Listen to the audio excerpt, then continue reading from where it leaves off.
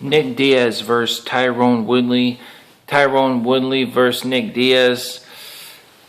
Where we are at this point in time when I am talking on this, Tyron Woodley just had a draw with Stephen Thompson. That's where we are. Because I've talked on Nick Diaz before, and who's he going to fight next? But it's a lot has passed since then.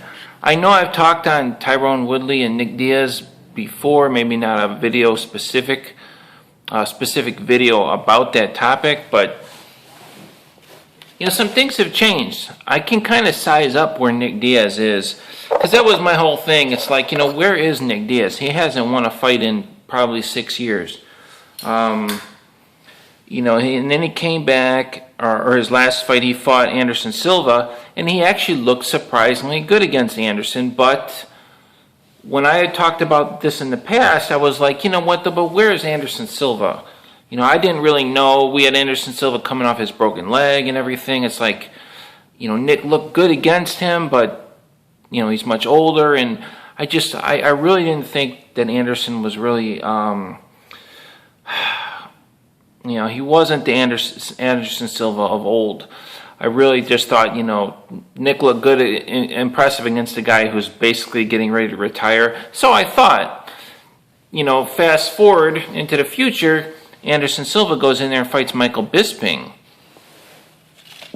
and basically knocks Michael Bisping out. He lost the fight. He was a little bit hesitant, and Michael Bisping fought amazing. He was moving his head like nonstop in that fight, and Anderson every time he went to throw a punch, Bisping was moving, and Bisping came in amazing shape. I mean, he did not tire. He won the fight, but it was just a freak thing. I mean, basically Anderson, could have knocked him out. Basically, did knock him out. He just didn't finish it. There was a weird thing with the referee and everything. But it showed me that Anderson Silva is still very explosive and still very dangerous and still very, very relevant. And so we had Nick Diaz fighting, somebody very relevant in Anderson Silva. So I can say that Nick Diaz is still somewhat relevant. Anderson's the type of guy that, he's going to be like Dan Henderson. It doesn't really matter how old he gets. He's still going to be explosive. He's still going to be able to be a threat. He's going to be able to knock you out. So anyway, there are people talking about Tyron Woodley versus Nick Diaz for the title. What do you guys think? Is this a big enough fight for Nick Diaz to come back? Can Nick Diaz actually beat Tyron Woodley? You know what? With all the crazy stuff the fights that they put on, officially I talked on this. I said, why not give Nick a warm-up fight? Put him in there with Matt Brown. Something like that. If he can't beat Matt Brown, then, I wanted to see where he's at. But apparently they don't want to do that. They just everybody only wants big fights. So even all the comments, why would he do that? Why would they give him a warm-up? Well, because I honestly think when you're winning and you're practicing, practice is practice, fighting is fighting, and practice is not really fighting. Fighting is your best practice. I know that sounds stupid, but you could train mixed martial arts for 10 years. If you've never actually been in a fight, then you are still a rookie. You see what I'm getting at? So if you have not fought for a long time and you're training, well, that's not the same as fighting. It's not. It just isn't. It's not. Fighting is fighting. You need to fight to somewhat still be relevant, to be good, and to be good at fighting. You really do. So anyway, Nick Diaz versus Tyron Woodley. What would happen? Obviously, I would assume that Tyron Woodley would be the favorite. Could Nick Diaz pull off the win? Can he compete? Should he even be in there? Seeing that he went in there with Anderson Silva, and he didn't get destroyed by Anderson, and he actually looked good. That tells me that it's safe for Nick to be in there with Tyron Woodley. That he is relevant. That he can still fight, and some other things have changed too since I talked on this before. I was like, when I talked on the Anderson Silva versus Nick Diaz fight, I was kind of disappointed in Nick Diaz, just standing in the middle of the octagon. It looked like he was just there to get a paycheck. He didn't really care. These guys are just going to run away from me, so I'm just going to make a clown act out of it. And I think there was an element of that, but watching the Nate Diaz fight Conor McGregor, and now having watched Eddie Alvarez, fighting Conor McGregor, and all these other guys fighting Conor McGregor, this isn't off topic, just let me finish. Conor McGregor is a counterpuncher. He's a counterpuncher, yet all these guys continue to run in all their force. They're moving their head. They're basically smashing their face into Conor's fist. That's what they're doing. Why are they doing this is beyond me. I've talked on this for years, all you got to do is do this. All you got to do is do that. Why are you going towards someone's... It doesn't make any sense. I've talked on this. Jose Aldo. I said Jose Aldo going to fight Conor McGregor. All Jose Aldo has to go in there, stay in the perimeter, use his footwork, use his speed, and leg kick Conor McGregor. You won't be getting counterpunched. Conor McGregor is a counterpuncher. That's how he knocks guys out. They come in trying to take his head off, swinging, they overextend, and they don't even have to necessarily overextend. A lot of times they have less reach than he does, so they come in throwing big punches, he moves back, and he takes a step back and counters and knocks him out. We've seen it time and time again. It's like when Nick Diaz was in Strikeforce. These guys would just come in, one after the next.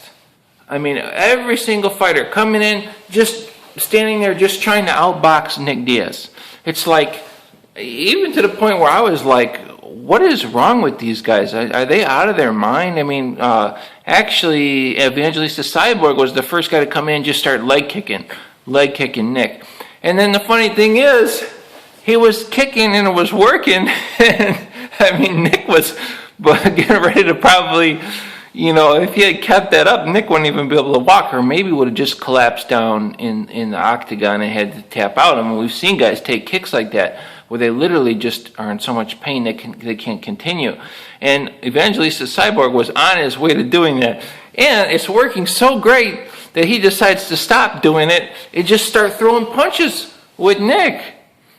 Something about it, man. They just something about them standing there putting their head out, that they lure these guys into doing it. And Conor McGregor does. He leans his head in and then he's back. He's taunting these guys with his head. Nick Diaz used to do the exact same thing, but any coaches with any brains, actually Bas Rutten is probably the only one that of all the analysts of mixed martial arts, Bas Rutten's really the only guy out there that I actually really have very much respect for. Most of these guys, when I hear them talking on YouTube, and a lot of them are very famous, and they just don't know what the heck they're talking about. And you could say I don't know what I'm talking about, but man, I I